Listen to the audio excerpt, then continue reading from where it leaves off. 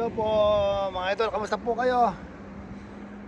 Galing po ako ng supermarket doon sa BC at namili po ako ng ng food kasi kailangan kong humigop ng mainit na sabaw kaya ah, namili ako. Ayan, sa likod ko yung mga pinamili ko. Ayan, sa likod ko. Namili ako ng tofu, sibuyas, kamatis, luya, tapos repolyo, the carrots, saging. Pag isang linggo, kasi mahirap naman mag-stock ng maraming pagkain for 2 weeks naluluma, nabubulok lang, sayang lang. Kaya kung mamili ko is for 1 week. Andito po tayo sa area ng Saitama, dito sa Kurihasi. Ayan mga idol, napakasimple ng buhay nandito. Dito kailangan lang may trabaho ka, may sarili kang bahay. Simple lang, hindi naman ganun kamahalan ng bilihin. Hindi naman ganun kalaki yung hulog ko sa bahay. So, kumbaga sa sapat lang yung sweldo ko para mamuhay rito sa bansa ng Japan. Kamusta po kayo? Sa Pilipinas, napakamahal ang bilihin eh. So, kumita ka man ng 25,000 o 30,000, hulog pa lang sa bahay o sa kung nangungupahan ka, napakamahal. Kung sa Manila ka pa nangungupahan, napakamahal ng renta, and then mahal pa yung, tapos di naman ganun kalaki ang sweldo mo kung ordinary worker ka lang. Ngayon kung sa probinsya naman, mura nga, depende rin naman, kaya lang talagang mahal pa rin ang bilihin. Kaya dito nagustuhan ko yung Japan. Ayan, mga ito, napakatahimik. Nandito tayo, ganda, wow ito. Tapos maganda dito pagka summer. Ayan, tulad ngayon, mga ilang buwan na lang, mainit na yung panahon. Ito, makita mo yung puro bulaklak yan. Tapos yan, mga palayan yan. Palayan, napakaganda rito. Kaya masarap mag-vlog dito. Pagka nakita mo, buhay na buhay. Yung mga puno, talagang green, tapos maraming mga bulaklak. Kaya naman, nagustuhan ko rito sa bansa ng Japan dahil napakatahimik. Kaya lang, sa kayo po, may mga issue ngayon dahil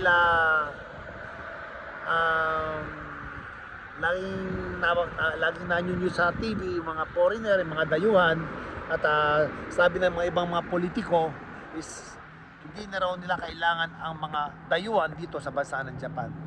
Actually, hindi naman talaga ganun ang ibig nilang sabihin. So, pero kung iintindihin mo yung mga sinasabi nila at mauunawaan mo kung ano ang ibig nilang sabihin. Unang-una, kasi marami po tayong mga kababayan at mga, hindi lang mga Pilipino, may mga iba-iba't ibang lahi, mga Chinese, Vietnamese, Myanmar, mga Muslim, iba't ibang nationality na marami pong naninirahan dito sa bansa ng Japan at maraming ginagawang kalukuhan. Unang-una, yung mga tumatanggap ng mga ayuda sa bansa ng Japan, tapos makikita mo magaganda pala ang buhay sa kanilang mga bansa. Tapos mga tumatanggap ng ayuda pero wala rito sa Japan. Pagkatanggap ng ayuda, uuwi ng bansa nila. Marami pong ganyan dito at may mga kilala po ako yan, but hindi na po ako bumisa ng pangalan. In general, marami pong ganyan. Kaya naman, napansin yan ng gobyerno ng Japan. Kaya mula ngayon po, pinag-aaralan na nila ngayon at talagang iimbestigahan kung karapat dapat kang bigyan ng ayuda or legal status dito sa bansa ng Japan. Kahit ako, hindi mo masasabi, kahit na permanent residence ako rito, kasi hindi natin masasabi yung takbo. Kung ayaw nila sa akin, kung ayaw nila sa mga dayuhan, willing akong iwanan. Kahit yung bahay ko rito, willing kong iwanan. Sa kanila na lang. Ang importante, ang mga advice ko sa ating mga kababayan, sumunod tayo kung ano yung patakaran ng Japan. Sumunod tayo kung ano ang batas nila. Huwag tayong maging pasaway, di ba? Magbayad tayo ng tamang buwis. Huwag tayong magpasaway sa mga trapiko, lalo sa mga nagbibisikleta. Huwag tayong magja-jaywalking. At lalo-lalo na rin po sa pagtatapon ng basura. Yan. Isa rin po yan. And pinaka-importante, huwag tayo makakalimot. Magbayad tayo ng tamang buwis. Magbayad tayo kung ano yung buwis na dapat natin bayaran. Tama ba ako? Kasi marami po tayong mga kababayan at marami tayong mga iba't iba pang lahi, hindi lang po mga Pilipino.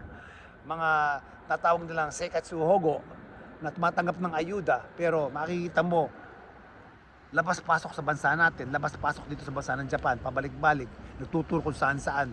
Yung pala magaganda buhay. Ayan po ang nasilip ng bansa ng Japan. At kung pagkapatunayan po nila na ganyan kayo, ganyan ang ginagawa ninyo, malamang malaki po penalty niyan. Magkakaroon po kayo ng backing, tanggal pa ang visa. Yan po ang mangyayari ngayon. Marami pong ganyan ngayon. Kaya,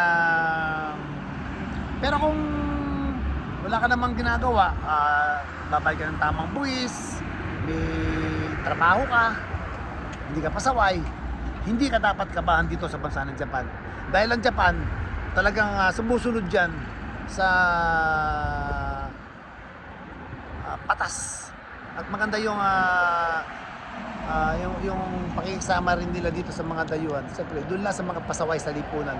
Kahit naman sa atin, pagkapasaway ka, talagang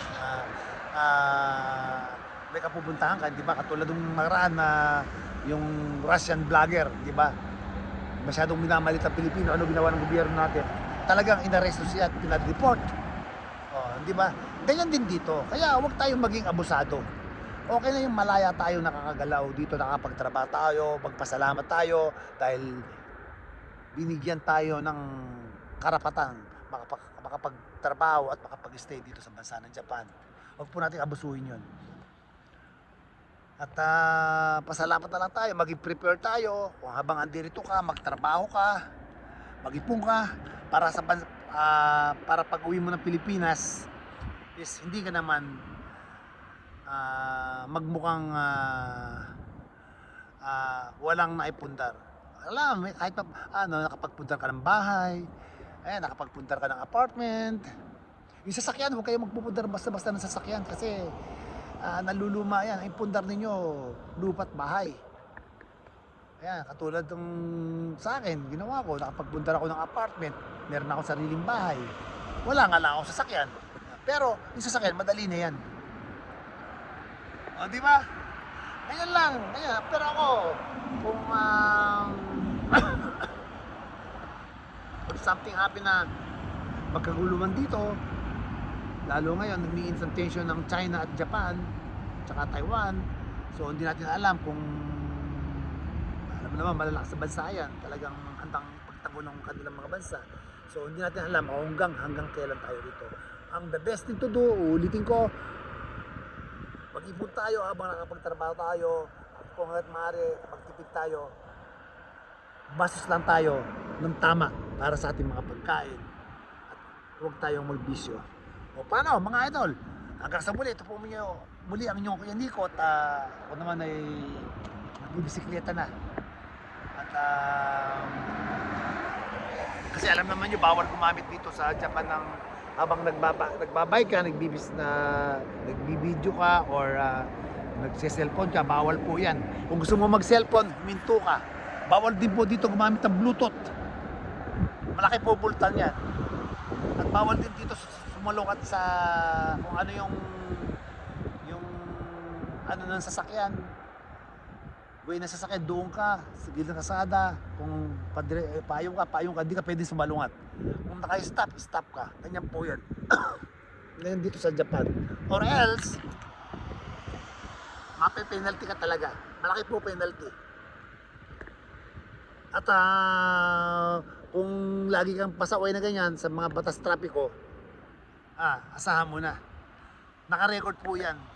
At pagka nag-renew ka ng card mo, ng residency card mo, may tendency matanggalan ka ng status of residency or ibahin ang visa mo. Yan po, ganyan po ngayon andito. Napaka-stricto po nila ngayon dito sa Japan. Kaya kung pasaway ka, wala kang karapatang tumira sa Japan. Ngayon, kung marunong kang sumunod sa batas ng Japan at kung makatao ka, very welcome pa ako nung sasabi sa inyo. Welcome kayo dito sa Japan. Basta wag lang po kayong pasaway. Hanggang sa muli, ito po muli ang inyong Kuya Nico. Arat na! Bye-bye. Salamat po. Magpapabike pa ako. Ayan. Bye-bye.